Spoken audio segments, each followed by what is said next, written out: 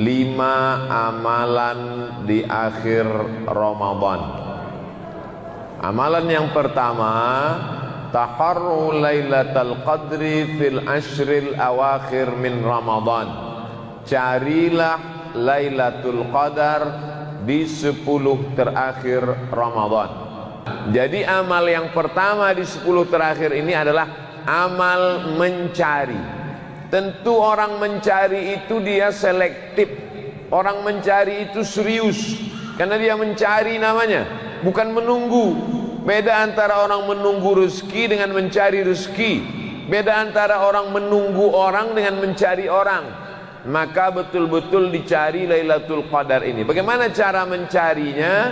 Maka dihidupkan malam-malam Lailatul Qadar. Nabi Muhammad SAW kalau sudah sampai 10 terakhir Ramadan, aiqaza ahlahu, dibangunkannya keluarganya, istrinya, anaknya untuk bangun malam.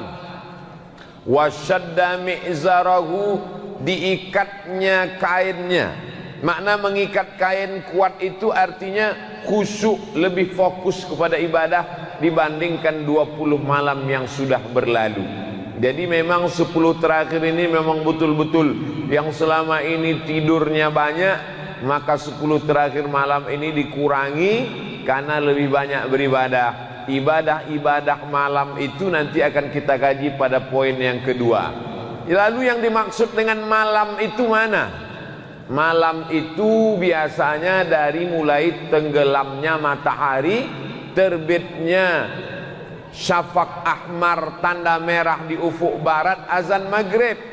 Tapi yang dimaksud dengan malam Lailatul Qadar itu adalah dari mulai penghitungannya setelah Isya. Jadi kalau kita hitung Isya di Sumatera ini jam 8, 9, 10, 11, 12, 1, 2, 3, 4, 5. Jadi kalau diumpamakan jam 5 azan selama 9 jam, maka 9 jam itulah yang diisi dengan qiyamul lail. Maka dicarilah 9 jam. Maka kata Allah Ta'ala dalam Al-Quran, salamun hiya hatta matla'il fajr. Jadi garis finishnya salamun hiya, selamat dia malam itu, hatta matla'il fajr, sampai waktu terbit fajar. Yang dimaksud terbit fajar adalah azan subuh.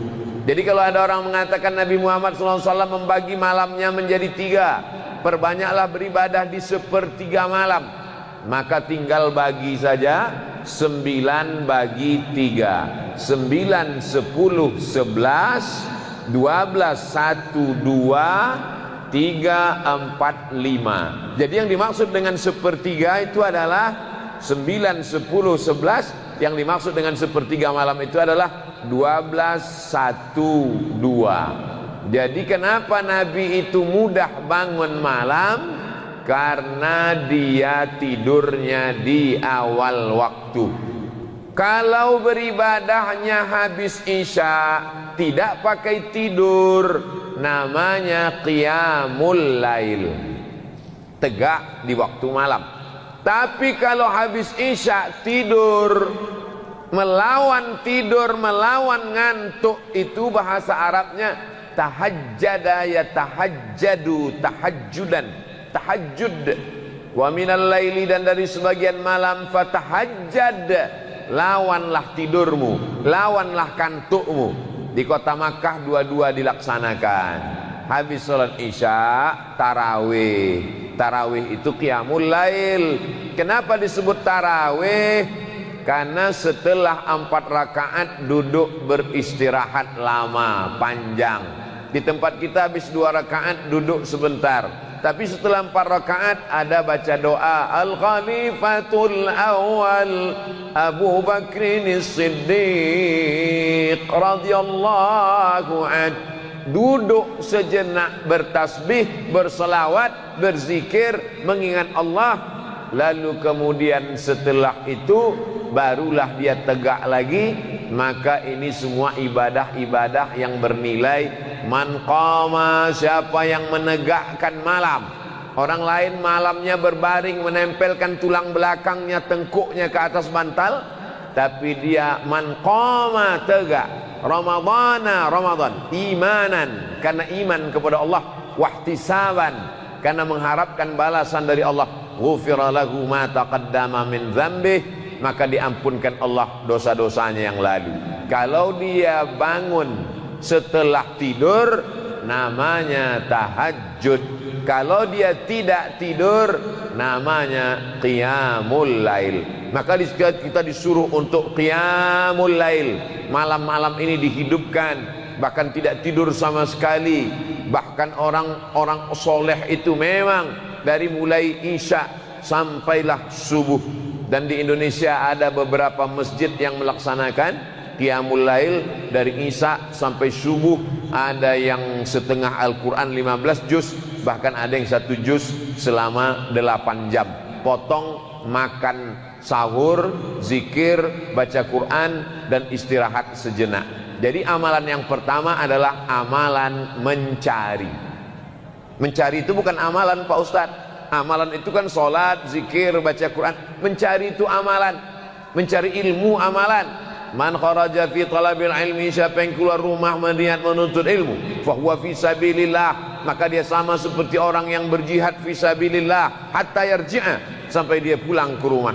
Maka mencari maklumat, mencari ulama, mencari habaib, mencari pengetahuan, mencari tempat ibadah, mencari waktu-waktu yang baik, mencari ini adalah juga ibadah. Ini poin yang pertama. Yang kedua, apa ibadah-ibadah waktu qiyamul lail itu?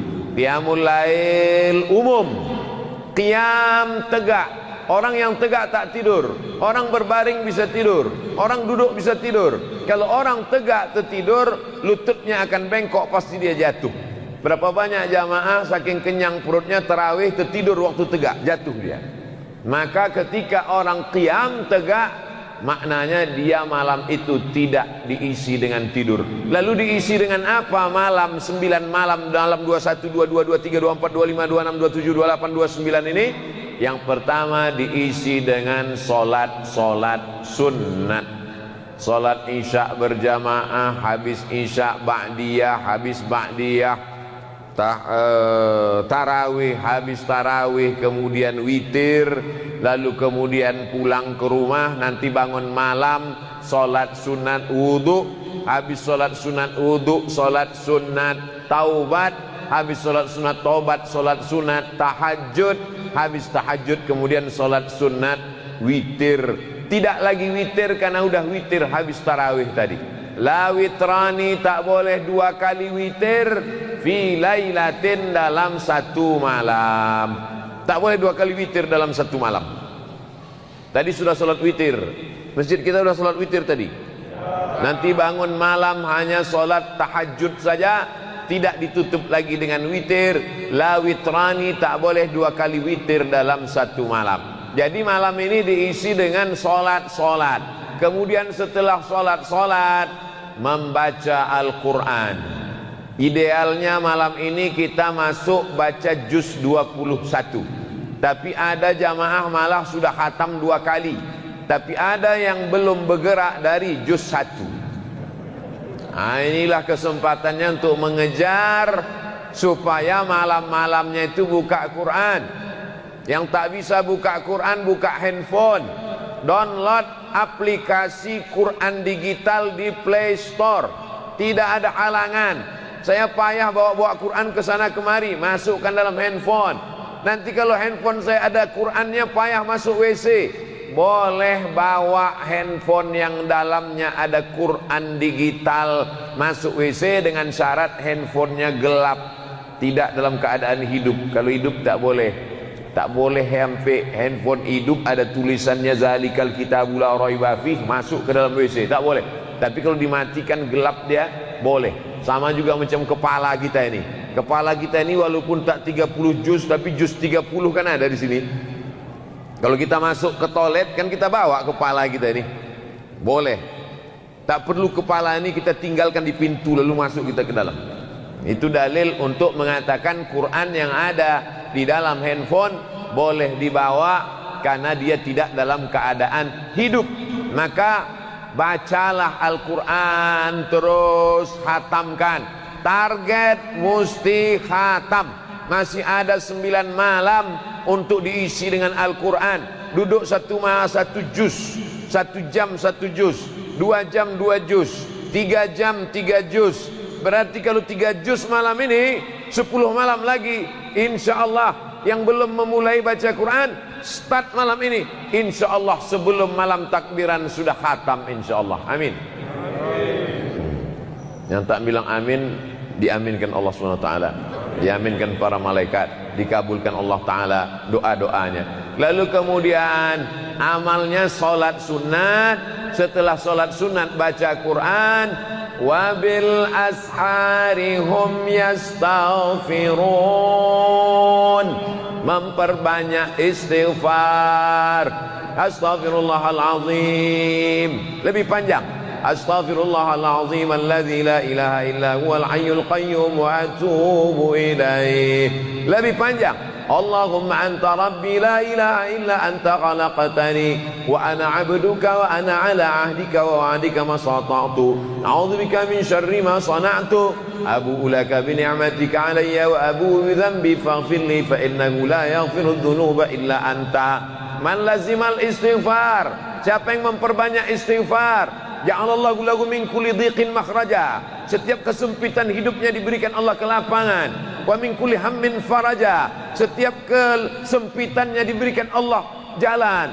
Wa razaqahu min haitsu la yahtasib, diberi Allah rezeki dari jalan yang tak disangka-sangka.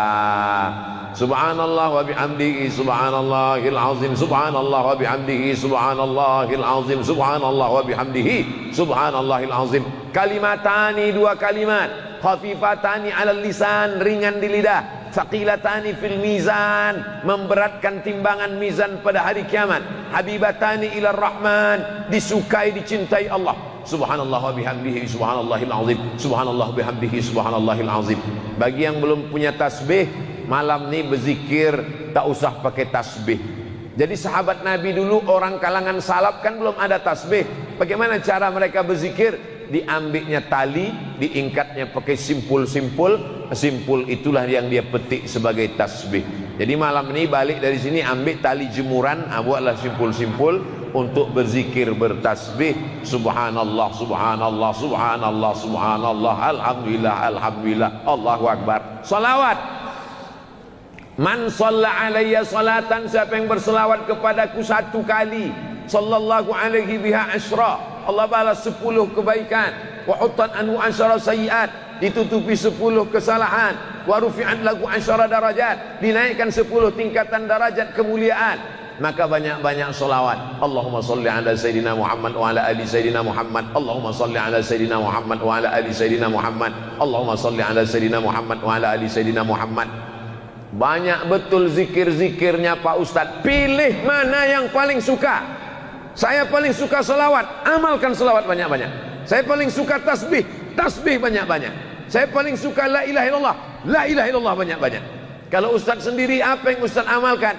Menjelang azan subuh, istighfar 100, selawat 100, la ilaha illallah 100. Mana tasbih Ustadz? Ada di hotel, tak saya bawa. Kalau tidak pakai tasbih, macam mana cara ngitungnya?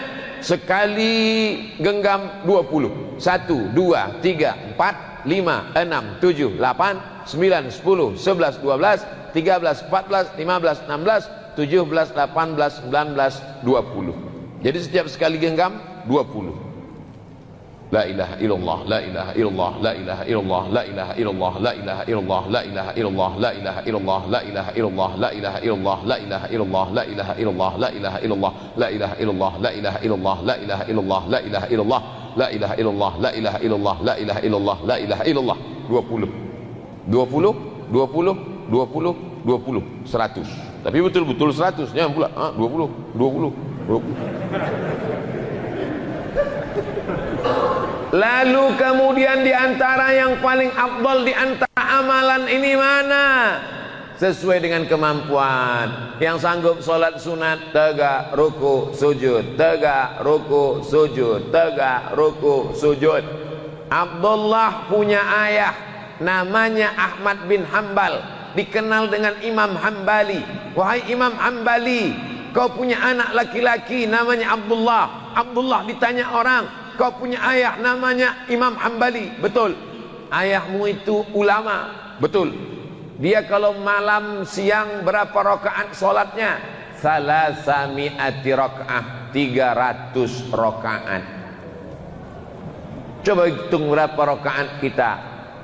Sholat isya 4, ba'diyah 2, tarawih 20, 26 tambah 3 baru 29, tahiyatul masjid 31, baru 31 rakaat udah merasa yakin masuk VVIP. Ahmad bin Hanbal 300 rakaat sholatnya sehari semalam. Ada lagi imam namanya Zainal. Zainal artinya perhiasan, Abidin ahli ibadah. Zainal Abidin, perhiasan ahli ibadah. Dia punya nama lain Sajjad, sujud. Orang yang banyak sujud namanya Imam Sajjad. Nama dia Ali, nama ayahnya Husain, nama atuknya Ali, Ali bin Husain bin Ali Zainal Abidin, Imam As-Sajjad. Kenapa disebut dia Sajjad? Sehari semalam sujudnya 1000 kali. Begitu disebutkan dalam kitab Syiar A'lam An-Nubala. Jadi coba kita hitung-hitung sujud kita sudah berapa kali. Kalau sujud apakah sujud kita sudah khusyuk? Kalau khusyuk apakah sujud kita sudah lama? Kalau lama tasbihnya apakah sudah tepat? Jangan-jangan kita sujud itu macam menghembus-hembus saja ke bawah. Padahal ada bunyinya. Subhana rabbiyal a'la wa bihamdih, subhana rabbiyal a'la wa bihamdih, subhana rabbiyal a'la wa bihamdih. Ini bulan untuk kita perhatikan ibadah kita. Amalan yang pertama mencari, amalan yang kedua mengisi. Diisi dengan apa? Salat sunat. Diisi dengan apa? Zikir, tasbih, tahmid, takbir, istighfar dan salawat. Diisi dengan apa? Diisi dengan tegak, muhasabah, merenung. Aku ini akan kemana? Sedang berada di mana? Kalau aku mati yang aku bawa ini apa? Ini yang penting, karena ajal bukanlah pulsa yang bisa diisi ulang. Kalaulah ajal itu pulsa bisa diisi ulang, berapa banyak orang-orang kaya bisa menambah umurnya. Makin canggih rumah sakit, makin hebat dokter spesialis, ternyata angka kematian makin tinggi. Maka kesempatan kita untuk mengambil meraih amal-amal soleh hanya tinggal 9 malam saja lagi, Bapak Ibu yang dimuliakan Allah Subhanahu wa ta'ala. Amal yang ketiga, amal yang ketiga adalah membayar zakat fitrah. Membayar zakat fitrah sudah bisa dimulai pada akhir-akhir malam Ramadan ini. Menurut mazhab Maliki dibayar 2-3 hari sebelum Idul Fitri. Menurut mazhab Syafi'i sudah bisa dibayar sekarang. Mau pakai beras silakan bayar pakai beras, ikut timbangan mazhab Syafi'i dalam kitab Al-Makayil wal Mawazin Asy-Syar'iyyah 2,40. Tapi kata Kementerian Agama 2,5, ikut Kementerian Agama. Tapi kata kiai saya 2,7, ikut kiai kamu. Bingung saya Pak Ustadz, genapkan 3 kilo. Jangan berhitung-hitung sama Allah. Nanti Allah berhitung-hitung sama kita, dikasihnya napas kita setengah, baru kita tahu berapalah itu seon 2 on. Kenapa kita berhitung sama Allah? Kalau kita tidak berhitung sama Allah, Allah pun tak akan pernah berhitung kepada kita. Saya malas bawa beras ke masjid, bayar pakai duit menurut mazhab Hanafi, tapi beratnya ikut berat mazhab Hanafi. Berapa berat 1 sa'? Menurut mazhab Hanafi 1 sa' itu beratnya 3,25, 3 kilo 25 gram. Sumbernya Al-Makayil wal Mawazin Asy-Syar'iyyah. Penulisnya Syekh Profesor Dr. Ali Jum'ah, mantan mufti Mesir, ulama besar Al-Azhar, masih hidup sampai sekarang. 3,25 gram beras. Beras apa? Beras yang paling enak, yang kau makan paling nyaman, paling lezat, paling sedap, paling kenyang. Itulah yang kau bayarkan untuk zakat fitrah. Jangan makan beras enak untuk bayar zakat fitrah beras raskin. Kau sembunyikan, pengurus masjid tak tahu. Beras raskin dicuci pakai pemutih. Banyak orang mati disebabkan pemutih. Diperiksa ususnya putih gara-gara pemutih pakaian dicucikan ke beras. Pembohong, penipu tukang beras. Kalau ada tukang beras yang sakit hati, berarti dia penipu. Kalau dia jujur, tak akan tersinggung dia dengar ceramah saya. Maka ini semua adalah tanggung jawab kita di hadapan Allah Subhanahu wa taala. Faradha Rasulullah sallallahu alaihi wasallam shadaqatal fitri. Nabi mewajibkan zakat fitrah sa'an min tamrin. Satu sa' itu berapa Pak Ustaz? 4 mud. 1 mud itu berapa Pak Ustaz? Macam-macam menurut mazhab Syafi'i, Hanafi, Hambali, Maliki. Sudah saya sampaikan. Ikut mazhab Syafi'i 2,4, ikut mazhab Hanafi 3,25. Yang jadi masalah, dia bayar pakai duit, tapi timbangannya timbangan mazhab Syafi'i. Ini talfiknya kacau balau. Kalau mau bayar pakai beras, pakai timbangan mazhab Syafi'i. Tapi kalau mau bayar pakai duit, pakai timbangan mazhab Hanafi. Untuk zaman sekarang mana yang afdal Pak Ustaz? Pakai beras apa pakai duit? Zaman dulu pakai gandum. Gandum bisa dibarter dengan kain. Gandum bisa dibarter dengan minyak. Gandum bisa dibarter dengan ayam. Sekarang kalau ada fakir miskin, di rumahnya ada beras 3 karung, beras itu dijualnya lagi supaya dapat duit.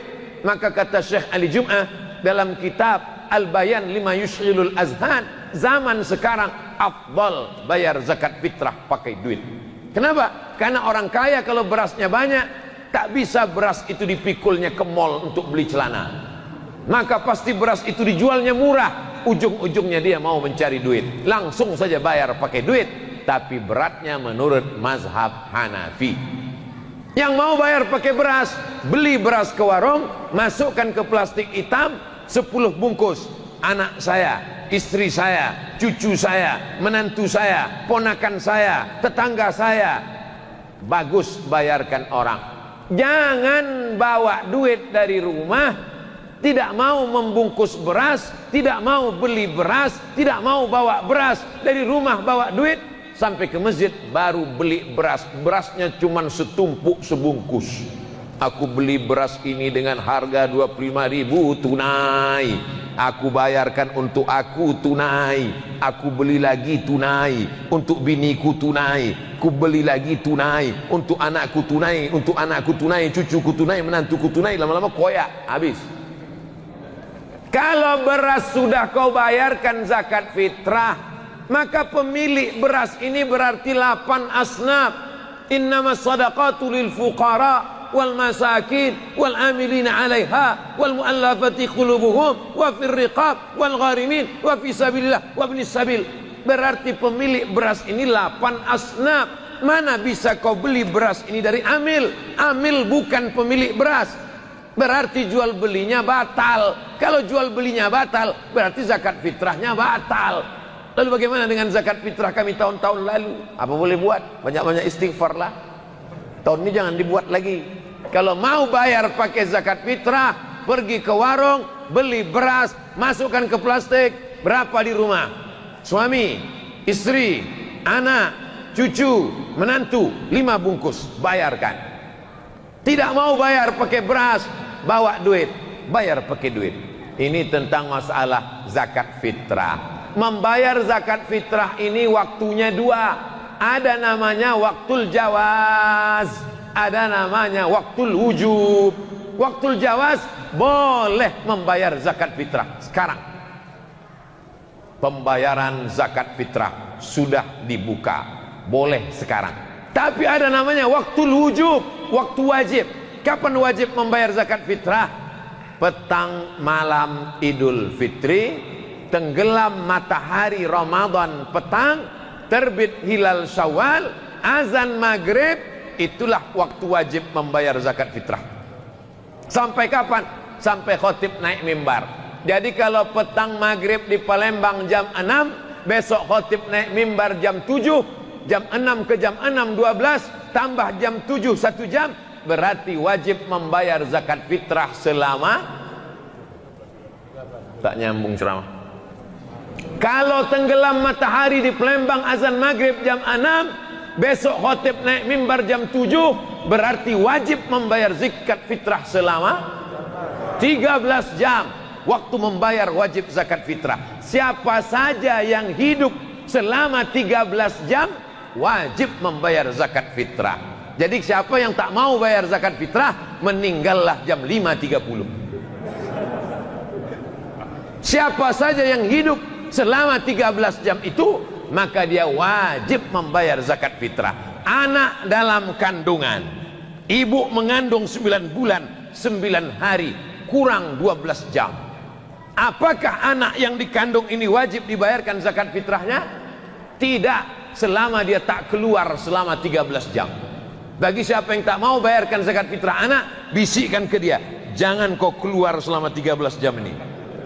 Mau lahir dia maghrib tuh, stay on my perut, besoklah kau keluar. Begitu khotib naik mimbar, naik khotib atas mimbar, Allahu Akbar, Allahu Akbar, alhamdulillah, tak jadi bayar zakat fitrah. Bagaimana kalau ada orang membayar zakat fitrah sekarang, besok 2 hari lagi dibayarnya, pas terakhir Ramadan jam 5 sore meninggal dia, apakah zakat fitrahnya itu dimintanya balik? Tidak. Bagus, sudah terbayar sebagai sedekah. Mudah-mudahan menjadi amal jariah, mengalir pahalanya, dimakan fakir miskin, ikut melapangkan kuburnya, terang alam barzahnya. Ini semua adalah amalan-amalan kebaikan. Amal ketiga, 10 terakhir Ramadan, membayar zakat fitrah. Amal yang keempat, walitukmilul iddata, sempurnakanlah bilangannya. Bagaimana cara menyempurnakan bilangannya? Maka ditengoklah ke awan pakai teropong. Harga teropongnya 50 juta, dipasang di atas gedung paling tinggi di kota. Sejak dibeli sampai sekarang tak pernah nampak anak bulan. Asal dipasang teropongnya nampak, gaji 13 untuk menengok anak bulan. Nama anak bulan itu hilal. Kalau nampak anak bulan, berarti besok hari raya. Tak nampak anak bulan, berarti Ramadan sempurnakan 30 hari. Dalilnya mana? Sumu li ru'yatih, berpuasalah kamu ketika menengok anak bulan. Waftiru li ru'yatih, berhari rayalah kamu ketika menengok anak bulan. Fa in ghubbiya alaikum, kalau tertutup awan, fa atimmu fa akmilu Ramadan 30 yauman, sempurnakanlah Sya'ban, sempurnakanlah Ramadan 30 hari. Simple, sederhana. Saya tak punya alat teropong, saya juga mata tak tajam, maka saya tinggal ikut keputusan Komisi Fatwa Majelis Ulama Indonesia. Lalu kemudian Majelis Ulama Indonesia melapor ke Kementerian Agama, malam-malam diumumkan berdasarkan penampakan bulan sore tadi oleh saksi-saksi tersumpah. Saksi di seluruh Indonesia disumpah oleh Kementerian Agama. Wallahi, tallahi, billahi. Saksinya itu anak muda, matanya masih terang. Saksinya itu jujur dan amanah. Saksinya itu sudah tersumpah. Wallahi, tallahi, billahi. Tidak boleh saksinya orang tua yang matanya kabur, belum disumpah. Karena banyak mengaku menengok anak bulan, setelah ditengok-tengok rupanya bulu matanya jatuh. Nampaknya anak bulan kita, anak bulan. Kok hilang kan bulu mata jatuh. Jadi betul-betul saksi tersumpah, mengaku dia ke Komisi Fatwa, lalu presentasi Kementerian Agama, namanya sidang isbat, maka ditetapkanlah besok masuk 1 Syawal. Ini pun ibadah. Walitukmilul iddata, ibadah yang terakhir yang kelima, walitukabbirullah, bertakbir memuliakan Allah. Allahu Akbar, Allahu Akbar, Allahu Akbar, la ilaha illallah, wallahu akbar, Allahu akbar, walillahil hamd. Jangan sampai tak bertakbir, Ibu. Jangan sampai tak bertakbir malam, mengagungkan Allah. Kenapa takbir? Menghilang kesedihan. Terbayang wajah emak sedih, Allahu Akbar. Terbayang wajah ayah sedih, Allahu Akbar. Terbayang baju baru tak jadi dibeli, Allahu Akbar. Bertakbirlah malam Idul Fitri. Itulah 5 amalan-amalan yang kita laksanakan selama 9 atau 10 malam. Kalau 10 hari lagi berarti hari raya tanggal 13. Kalau 9 hari lagi berarti hari raya tanggal 12. Biarkan bulan bicara. Menunggu anak bulan. Kalau bulannya sabit namanya hilal. Kalau bulannya bulat namanya badar. Tala'al alaina. Badar bulan purnama. Tapi kalau bulan sabit namanya hilal. Yang terbit di akhir Ramadan itu nanti badar apa hilal? Hilal. Maka suami ibu yang namanya hilal, simpan-simpanlah di rumah. Soalnya dia dicari-cari orang 10 hari lagi. Hilal, badar sudah jadi nama orang Indonesia. Pak Hilaluddin sama Badarudin. Bapak Ibu yang dimuliakan Allah Subhanahu wa taala, sudah kusampaikan semuanya 5 ibadah ini. Kalau sampai umur kita insya Allah dapat pahala amal soleh. Andai tak sampai, kita niatkan malam ini, niat mencari Lailatul Qadar, niat mengisi malam-malam Ramadan, niat untuk membayar zakat fitrah, niat untuk menyempurnakan Ramadan, niat untuk bertakbir di malam akhir, ujung, puncak, finish, maka itu pun juga sampai. Walaupun kita besok mati, walaupun sedang ceramah ini saya mati, yang 5 itu tetap dapat karena sudah niat baik. Innamal a'malu binniyat. Itulah yang dapat saya sampaikan pada kesempatan kali ini. Yang baik datang dari Allah, yang tak baik dari hamba Allah yang dhaif.